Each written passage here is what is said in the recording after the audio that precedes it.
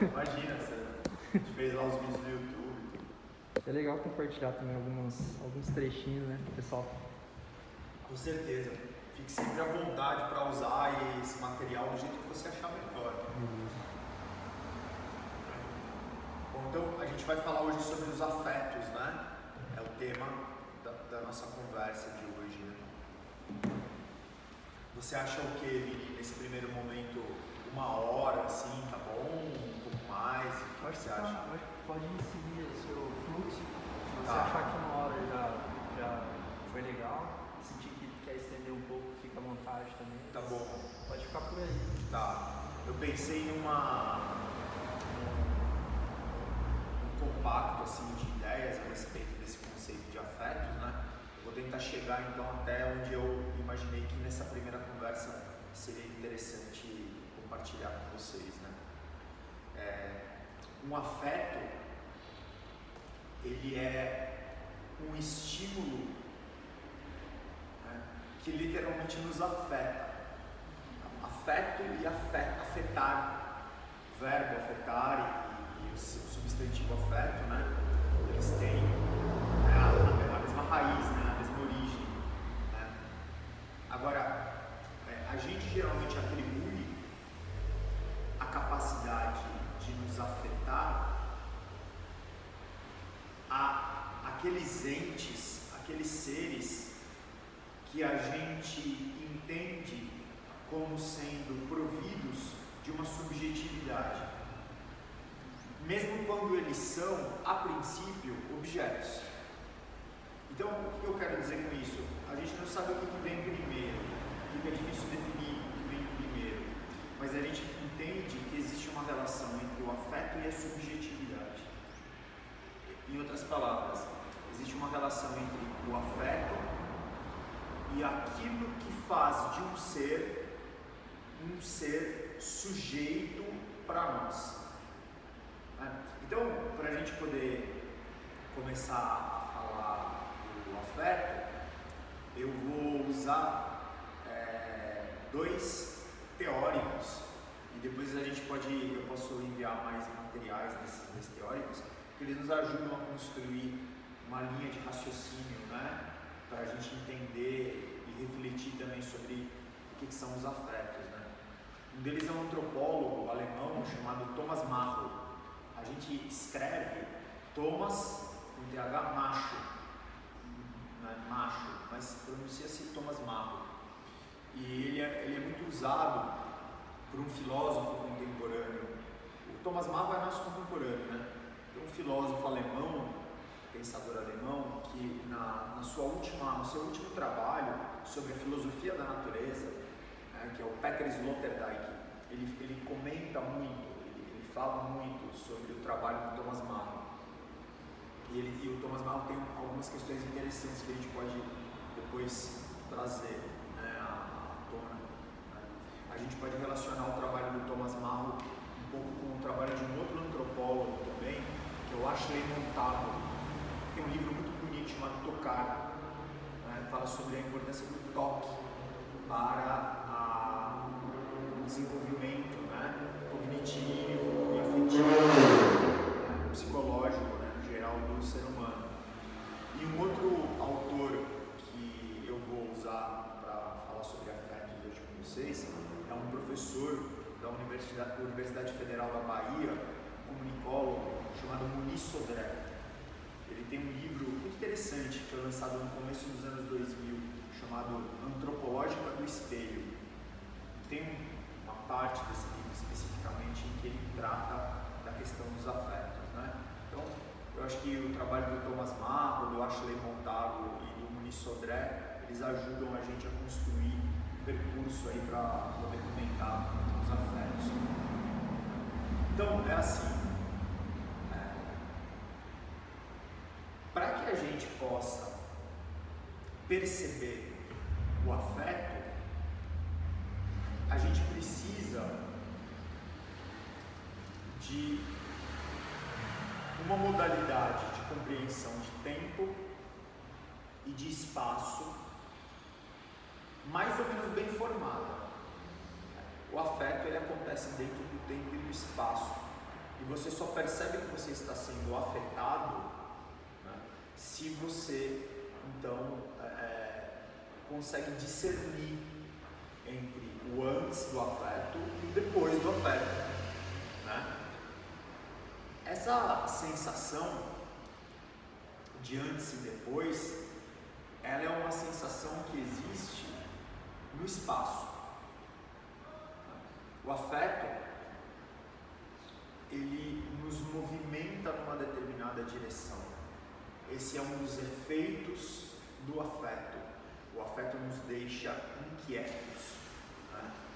O afeto, ele existe para inquietar, então ele existe para mover, né? Porque o afeto, ele funda o desejo. E se há o desejo, é porque existe a incompletude. Porque se houvesse a plenitude, não haveria desejo. Tudo já teria sido saciado, né? Tudo já teria sido resolvido. Tudo já teria sido alcançado no tempo e no espaço, né? Então, se o afeto ele provoca essa inquietação que nos movimenta, é porque nós somos, né, ou circunstancialmente, ou essencialmente, criaturas incompletas. A incompletude que dá origem à palavra desejo, né, ela vem justamente para alguns pensadores, né, dessa ruptura que existe entre a nossa vida e os ritmos e formas de organização de um plano maior. Então, por exemplo, para os estoicos, né, o segredo da felicidade estava em você readequar os seus ritmos aos ritmos da natureza, compreendendo as suas leis, adequando-se a esses ritmos, você sentiria, né, o bem-estar e a plenitude, né, que faria com que você se movesse já não mais de uma forma, digamos assim, individualizada ou egoísta, né, mas em harmonia com tudo mais que existe, né? Então a gente tem aqui, né, uma relação entre afeto, desejo, movimento, subjetividade, né? A gente vai mais ou menos percorrer esse caminho agora nesse tempo juntos, né? Então, o Muniz Sodré, ele comenta que existem 3 tipos de afetos básicos, né? Esses 3 tipos de afeto, eles se combinam uns com os outros e geram aquilo que nós chamamos de emoções. Então, as emoções, elas são complexos afetivos.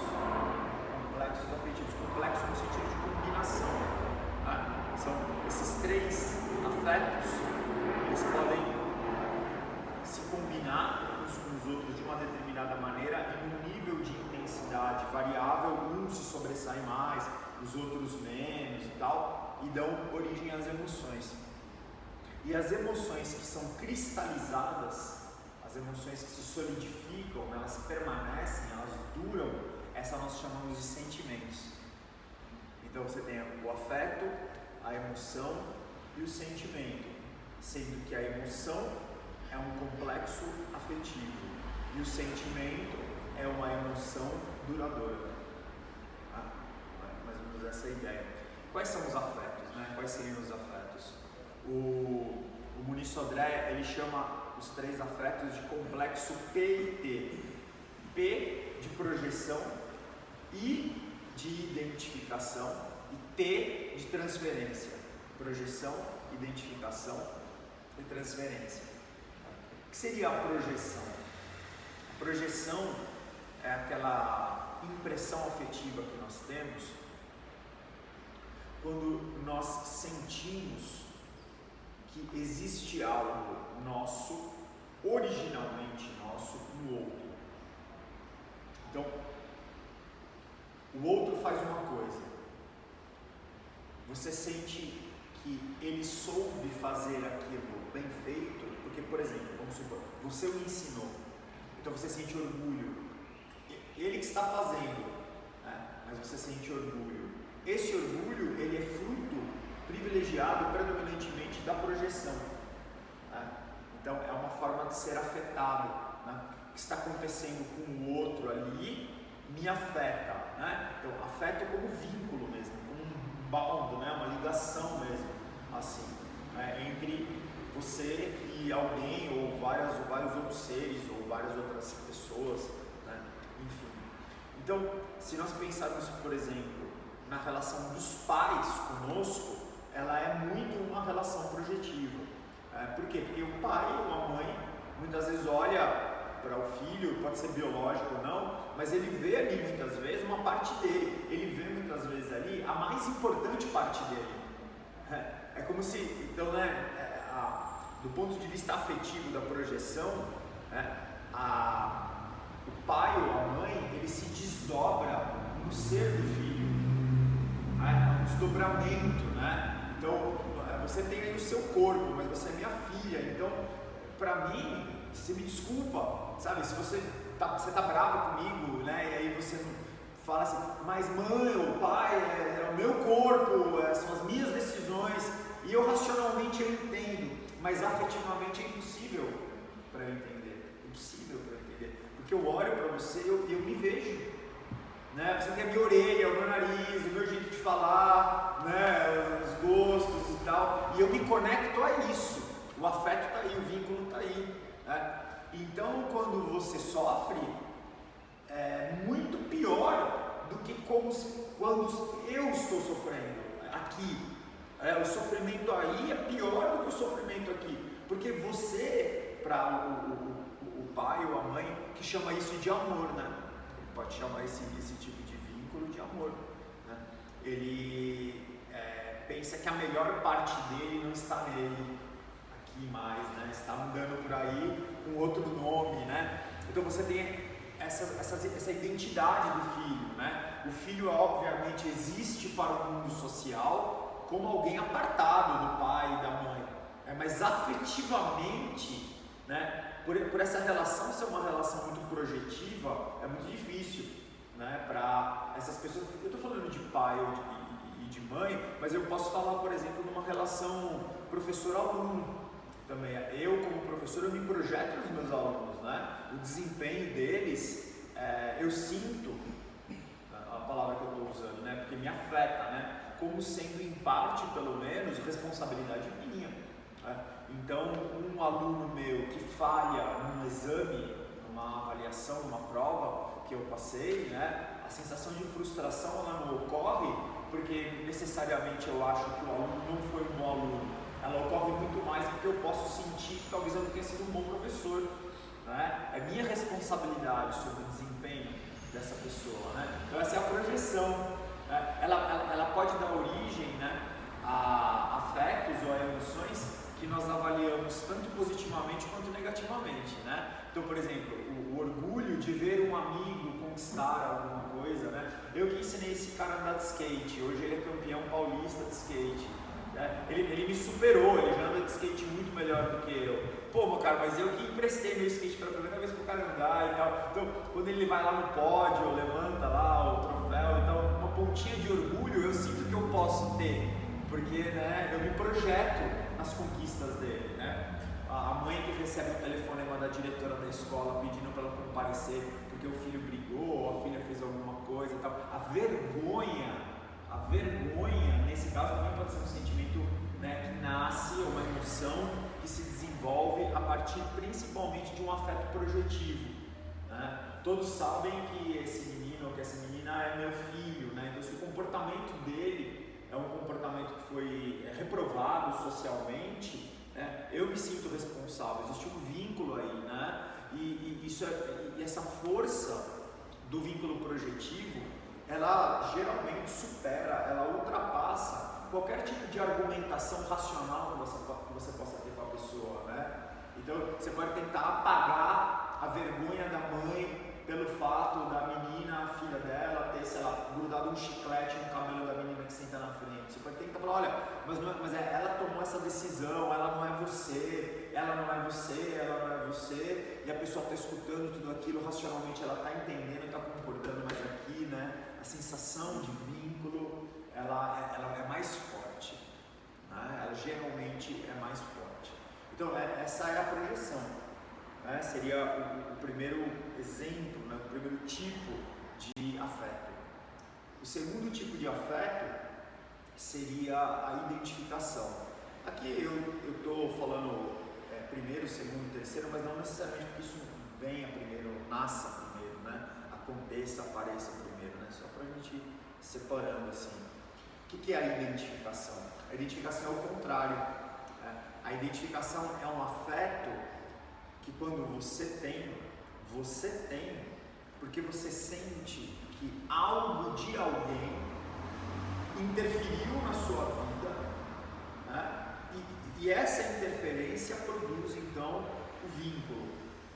Então você sente, por exemplo, que nossa, depois que eu escutei, sei lá, fui num show da Maria Bethânia, ela cantou uma música ali que eu me acabei de lágrimas, pensei não sei o que e tal.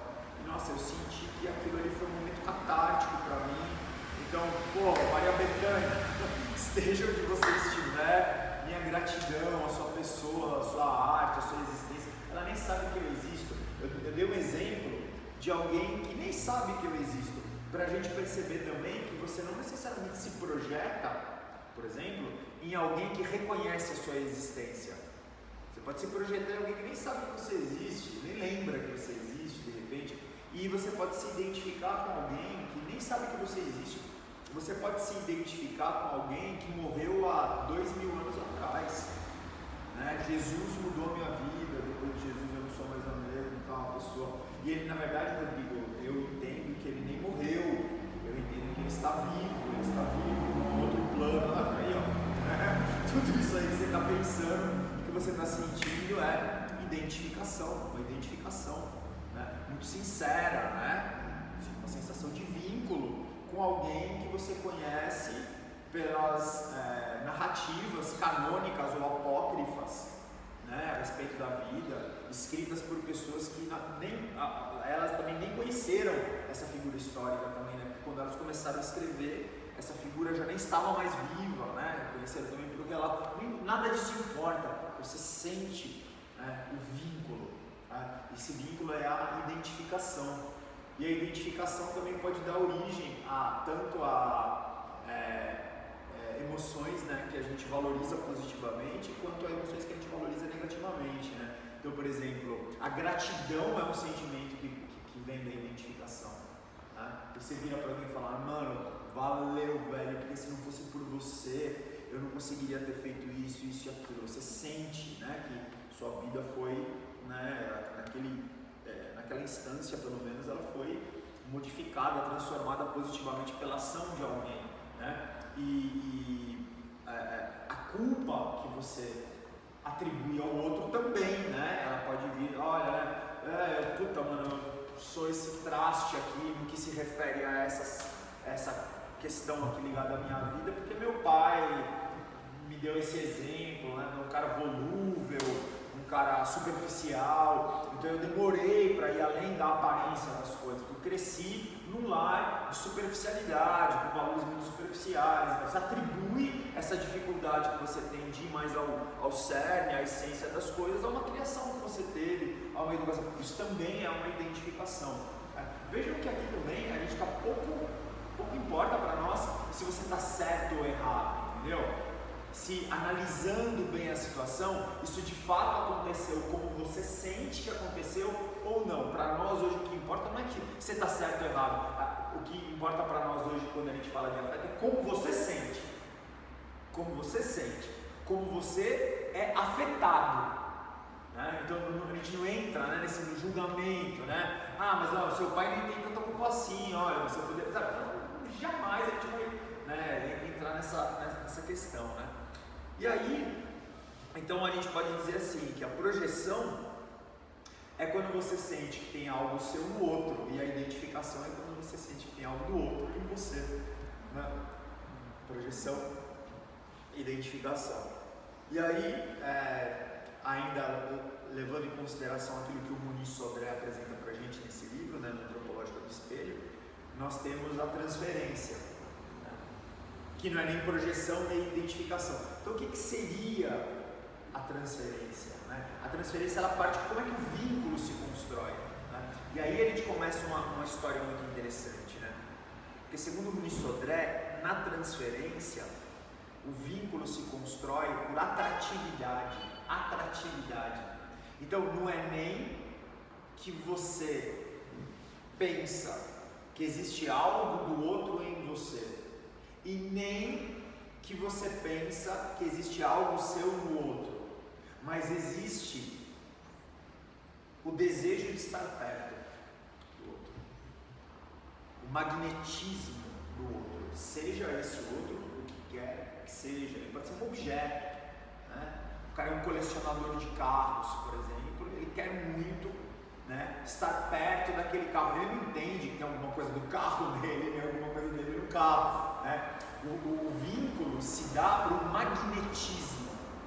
Essa é uma palavra muito interessante, porque na pré-psicologia moderna, antes da psicologia, né, se formar como uma ciência humanista, né, a partir ali do século XIX, né, ela vai ganhando as suas bases, né, ela chega no limiar do século XIX para o século XX, e aí você já vai ter uma série de projetos psicológicos, né, com uma ciência, com método terapêutico, etc., diagnóstico, etc. e tal. Lá atrás, essa questão do magnetismo ela é muito importante. Né?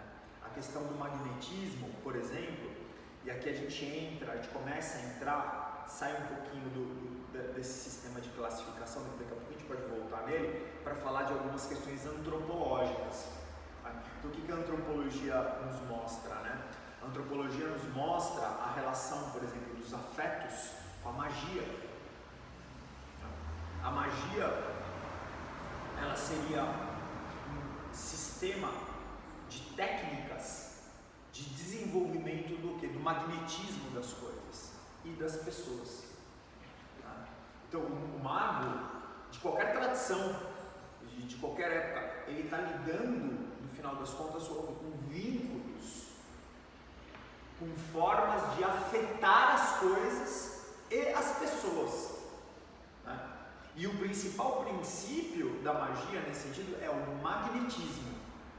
Quer dizer, como é que você, dá um exemplo muito simples, como é que você imanta um objeto para que esse objeto atraia um determinado tipo de força que pode provocar um determinado tipo de vínculo nas pessoas. Tá? Os magos, né, de diversas tradições, né, eles entendem que a sua capacidade de magnetização, antes de qualquer coisa, ela está no seu corpo, nas suas mãos, nos seus olhos. Os olhos, muito tempo antes de nós considerarmos os olhos órgãos de captação, de recepção, nós entendíamos no passado os olhos como órgãos de projeção também. Né? Havia inclusive manuais que explicavam, que diziam como nós deveríamos nos comportar diante dos olhares dos outros. Né? Então, a gente não está só recebendo, a gente está mandando rainho, né? Com os olhos assim, né? Então, os antigos, eles acreditavam realmente que há uma força de magnetização aí. Tá? E os magos, então, eles aprendiam, né? E várias outras coisas. Mais um exemplo interessante, né? Dessa coisa do magnetismo, né? Quando a gente pensa nos afetos, né? Durante muito tempo se estudou a história dos afetos vinculada ao conceito de magnetismo, da capacidade de atração, né, do indivíduo, né, como um poder, né, que pode ser desenvolvido. Por exemplo, a questão do nome. Né, os magos, né, de várias tradições, eles entendem que você não deve dar o seu nome o seu nome real para alguém que te pergunta o seu nome. Você não deve revelar o seu nome. Por quê? Porque o nome tem poder, né? Então essa pessoa de posse do conhecimento do seu nome, ela pode pegar o seu nome e magnetizar o seu nome para atrair para você, né? Ou seja, para estabelecer vínculo entre você e forças contrárias, por exemplo, a preservação da sua saúde, do seu bem-estar, etc. Né? Então, muitas vezes os magos eles criam pseudônimos, né? Eles se apresentam com, né, de um nome que não é o nome deles, né? E nas sociedades, em várias delas, né, vários povos aqui, daqui do território que nós aprendemos a chamar de Brasil, né? Vários povos originários aqui dessa terra, eles têm uma vida social na qual o indivíduo ele vai mudando de nome ao longo da vida. Conforme ele vai conseguindo fazer certas coisas, entende-se que a partir daquele momento aquele nome não serve mais, não cabe mais àquele indivíduo, né? Porque ele foi capaz de provar que ele consegue atrair certas forças, né? E condensar essas forças em si, né? E guardar essas forças em si e irradiar essas forças a partir de si. Então, a partir do momento que o magnetismo muda do ser humano, né? Que os vínculos, que os afetos que ele é capaz de gerar na sua vida não são mais os mesmos, não faz mais o menor sentido continuar chamando ele do mesmo nome. É como se a assinatura, o padrão energético desse indivíduo tivesse mudado. Ele mudou, ele não é mais o mesmo, né? Ele sofreu uma transformação, uma metamorfose, né? Imagina um caçador, um homem que vive dentro de um grupo, né? No qual caçar é muito importante, né? E ele a partir do feito lá, um grande mamífero, sei lá, que ele consegue caçar e levar para a aldeia, então ele é considerado um provedor, ele passa a ser considerado um provedor, ele ganha um status, né? Essa mudança social na cosmovisão desse povo, ela está diretamente relacionada a uma mudança de status no nível energético desse indivíduo, como capaz de produzir outros afetos, né?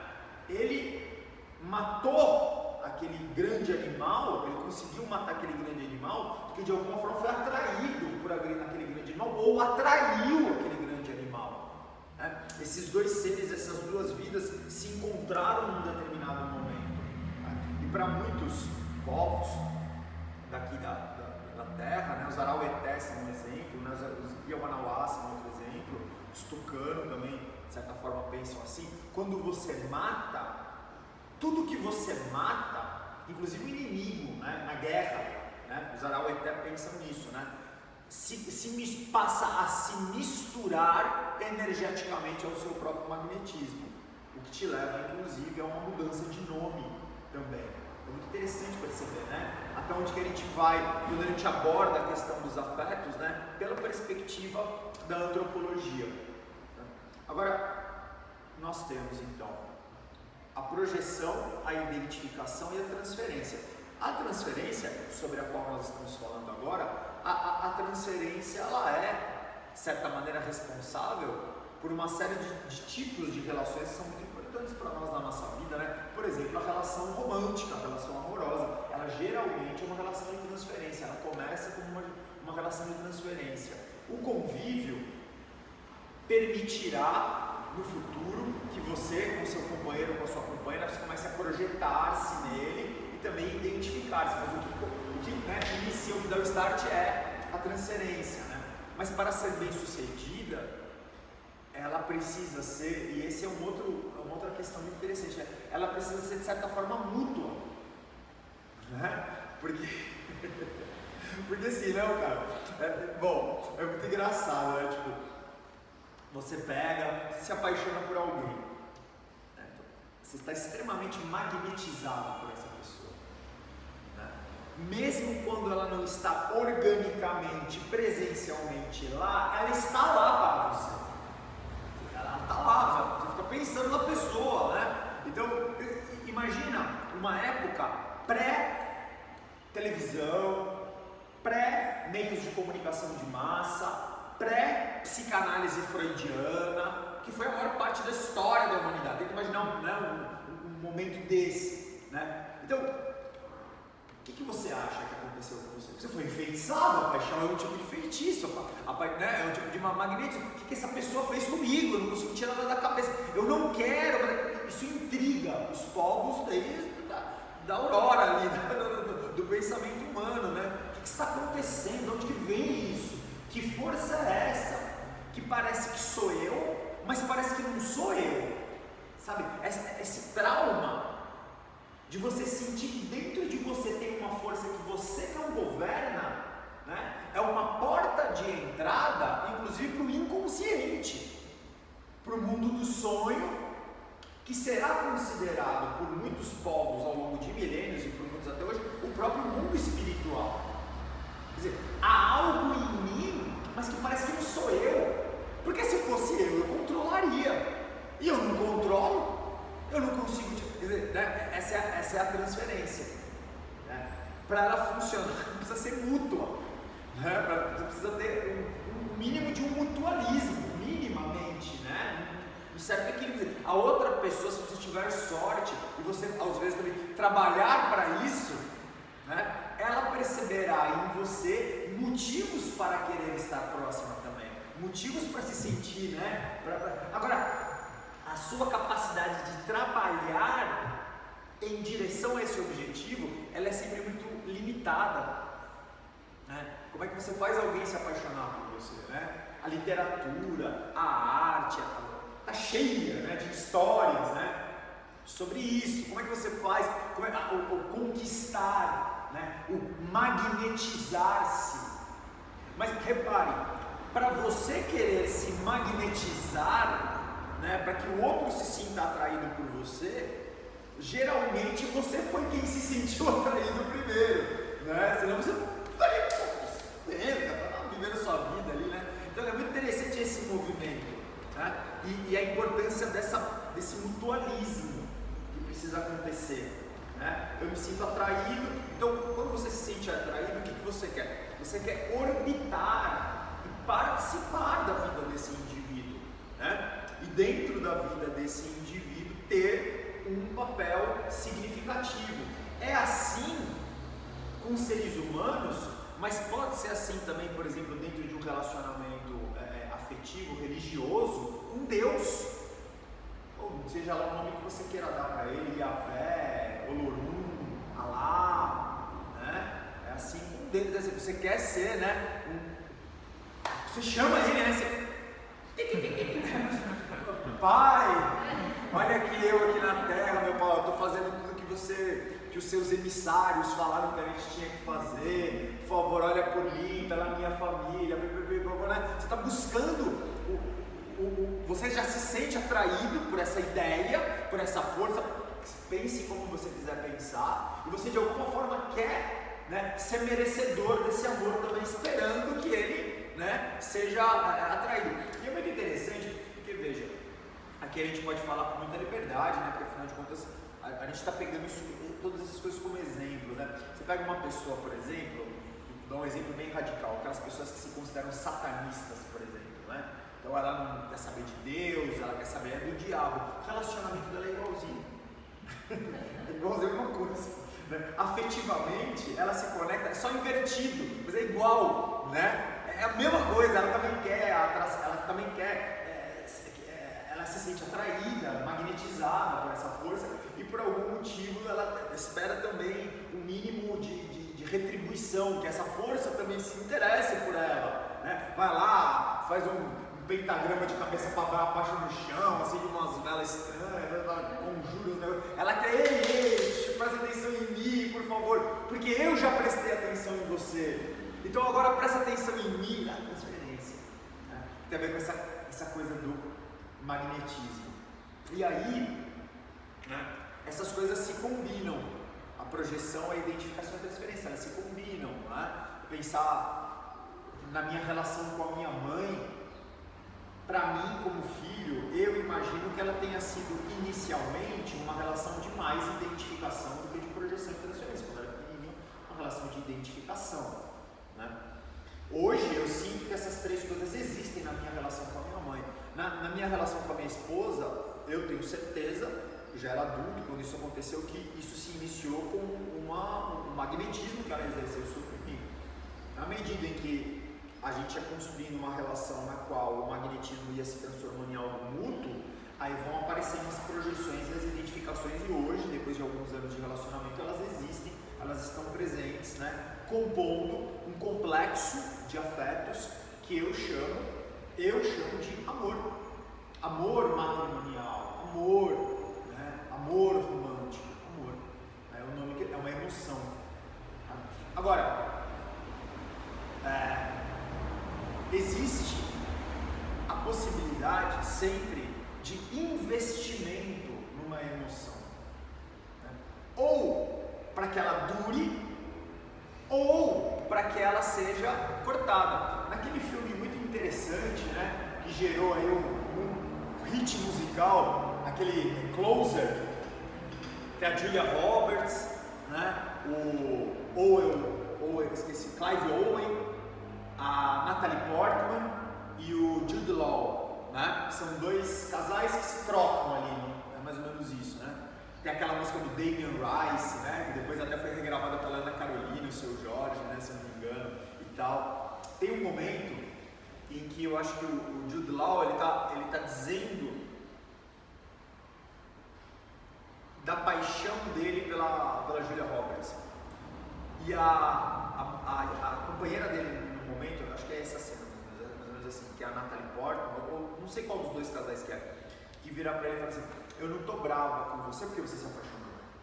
Eu tô brava com você porque você decidiu continuar apaixonado. Você investiu nessa paixão.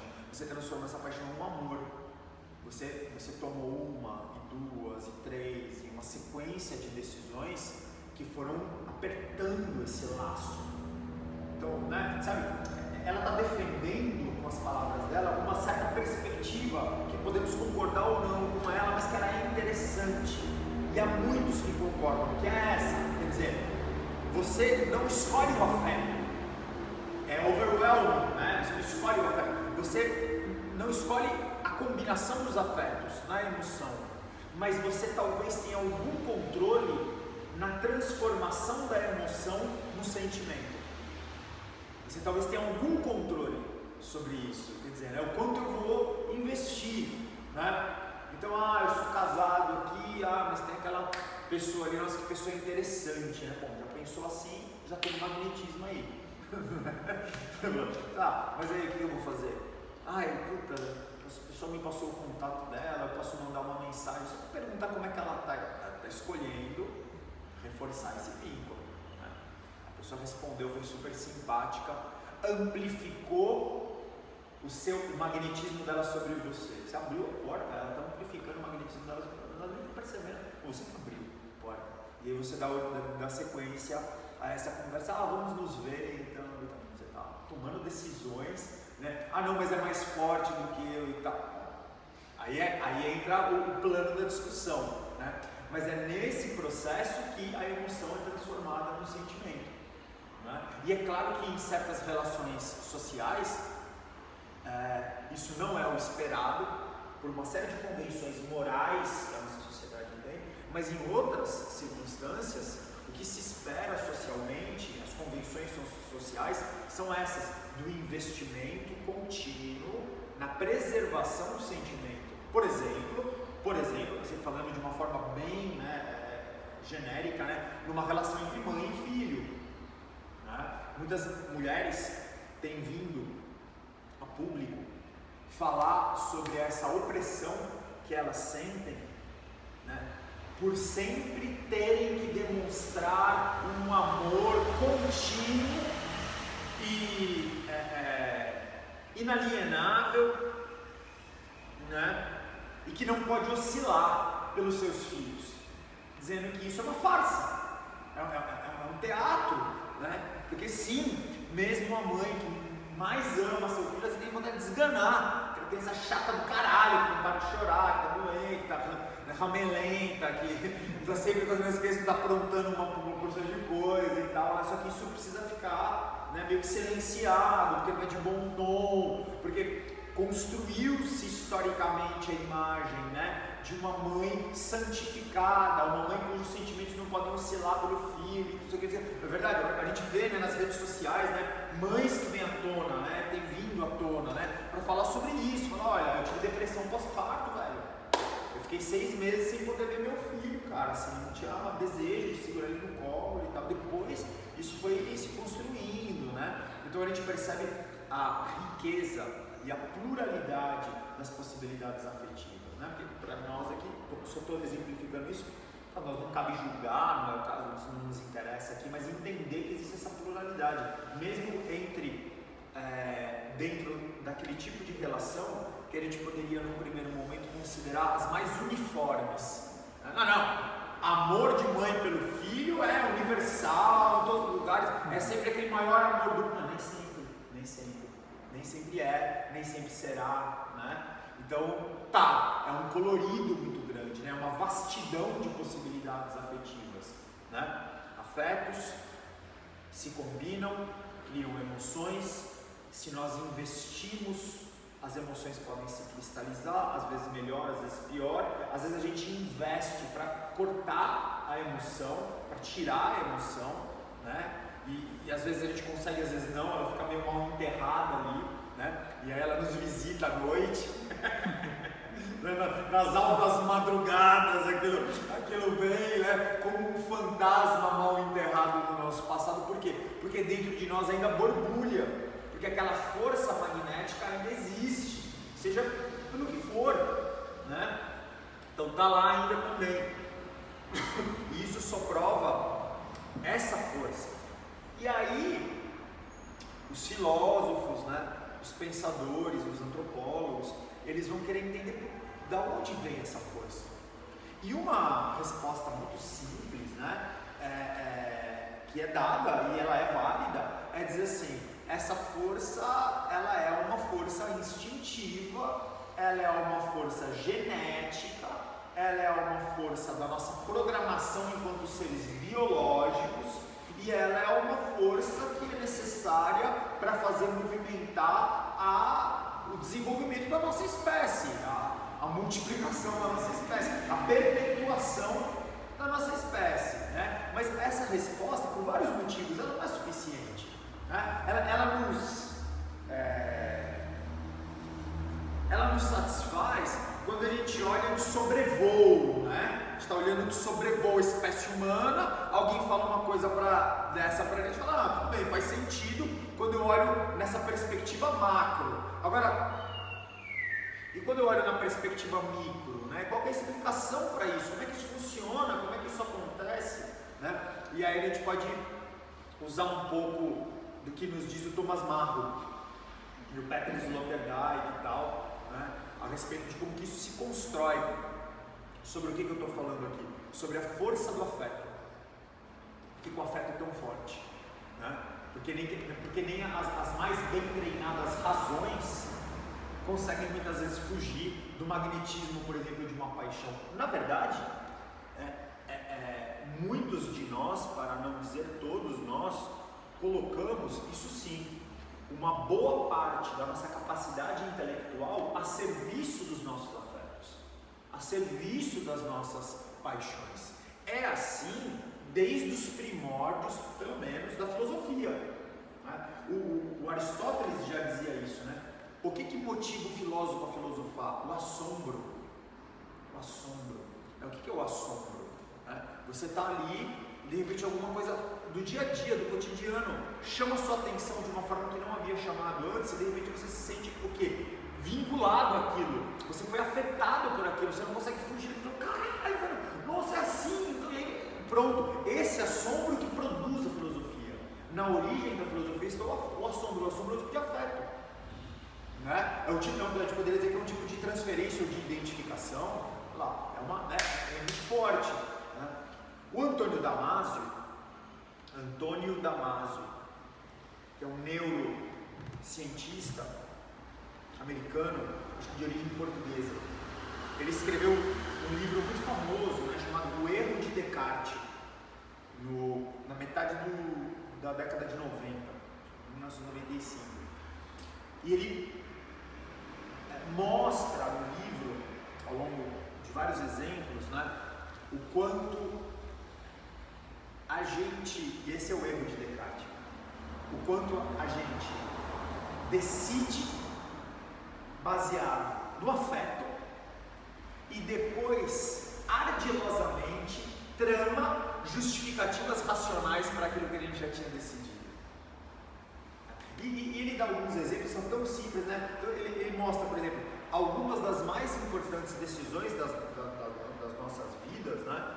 Elas são decisões que elas são quase que completamente afetivas, elas são muito pouco racionais, por exemplo, né? Com quem eu desejo passar até o final da minha vida, o resto da minha vida.